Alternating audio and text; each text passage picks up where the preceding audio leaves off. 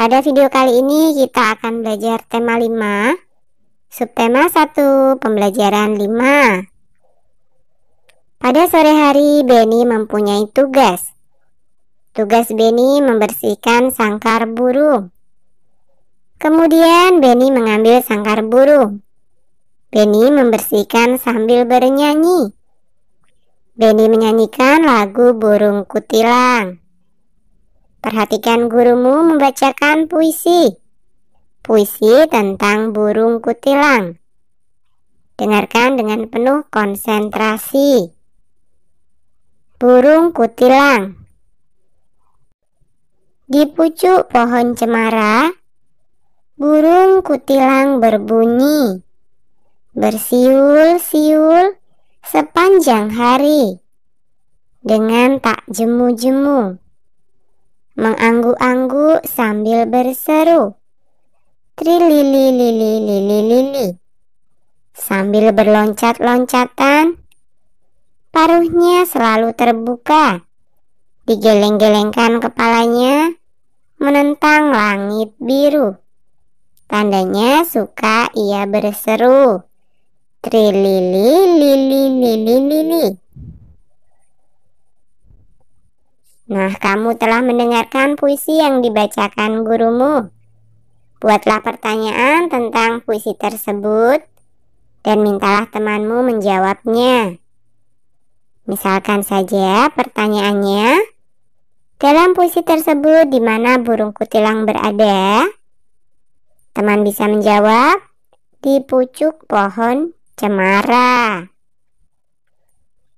Coba diskusikan dengan temanmu makna kata-kata berikut. Kata yang pertama adalah cemara.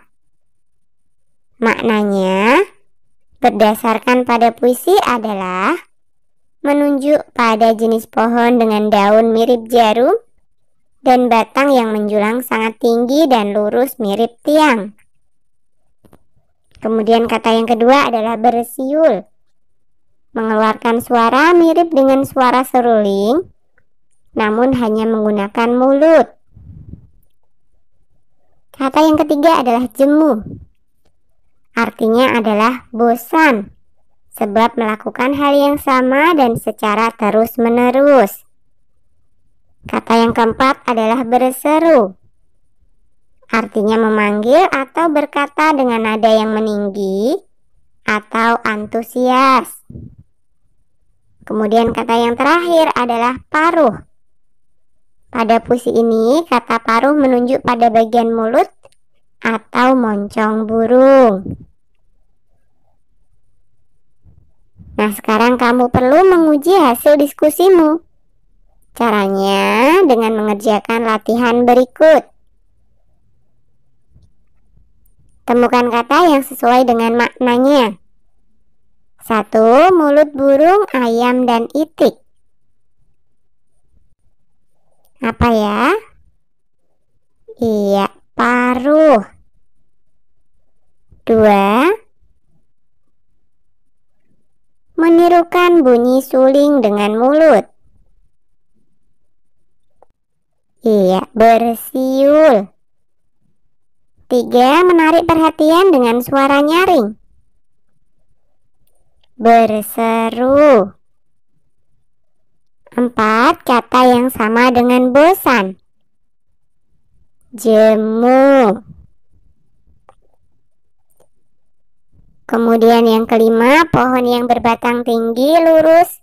Pohonnya menyerupai tiang, daunnya kecil-kecil seperti lidi. Betul, cemara. Pahami puisi berikut, bacalah dengan lafal, intonasi, dan ekspresi yang tepat. Burung berkicau. Di pagi hari kulihat engkau berayun-ayun sambil berkicau. Kadang ku ingin memiliki sayap dan suara sepertimu. Suara yang sangat merdu. Kicauan di langit biru. Karya Erika Artadini, SD Negeri Kebumen 1. Nah, coba berikan tanggapan tampilan temanmu. seperti kelebihan dan kelemahan dalam membaca puisi.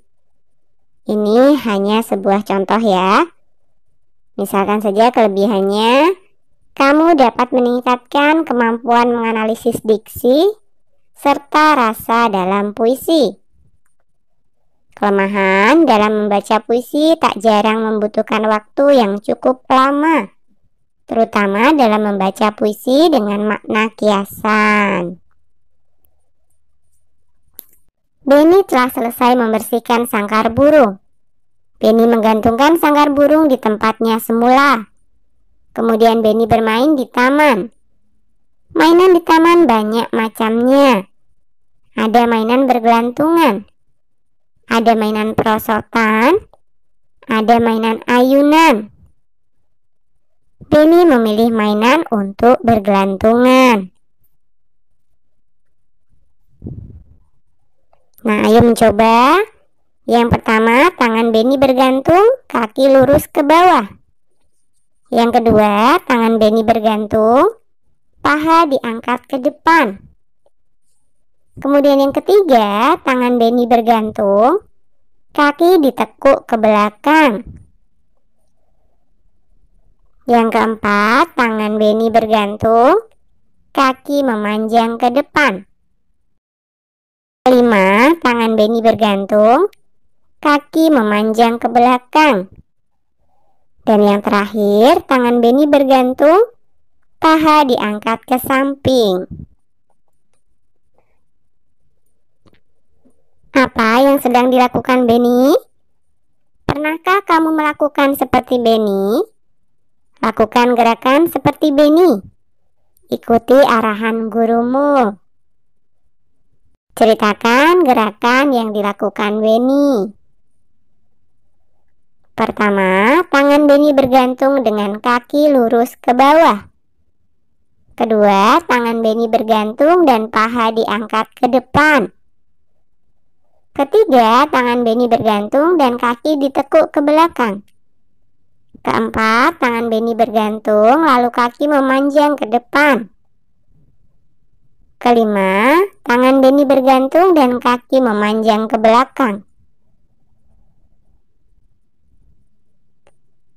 Kemudian yang terakhir, tangan Benny bergantung dan paha diangkat ke samping. Benny mempunyai banyak teman. Benny juga anak yang baik. Benny pandai bergaul. Teman Benny ada yang menjadi pengurus masjid. Pengurus masjid tiba-tiba ke rumah Benny. Pengurus masjid perlu bantuan. Bantuan untuk korban banjir. Benny memberi sumbangan korban banjir. Benny memberi contoh yang baik.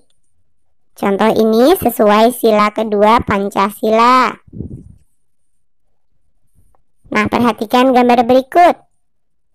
Berikan centang untuk gambar yang sesuai dengan sila kedua Pancasila. Coba kita lihat ya. Gambar yang pertama. Ini Benny memberikan sumbangan untuk panitia pembangunan masjid. Sesuai dengan sila kedua Pancasila atau tidak ya? Iya, sesuai. Jadi kita centang. Kemudian yang kedua, ini Benny sedang mengajak teman-temannya untuk menyumbang. Ya, tentu saja kita centang. Kemudian yang ketiga, Benny membantu ayahnya memperbaiki sepeda motor. Kita centang juga ya. Kemudian yang keempat, ini terlihat sebuah keluarga sedang berdoa sebelum makan. Keluarga Benny ya ini.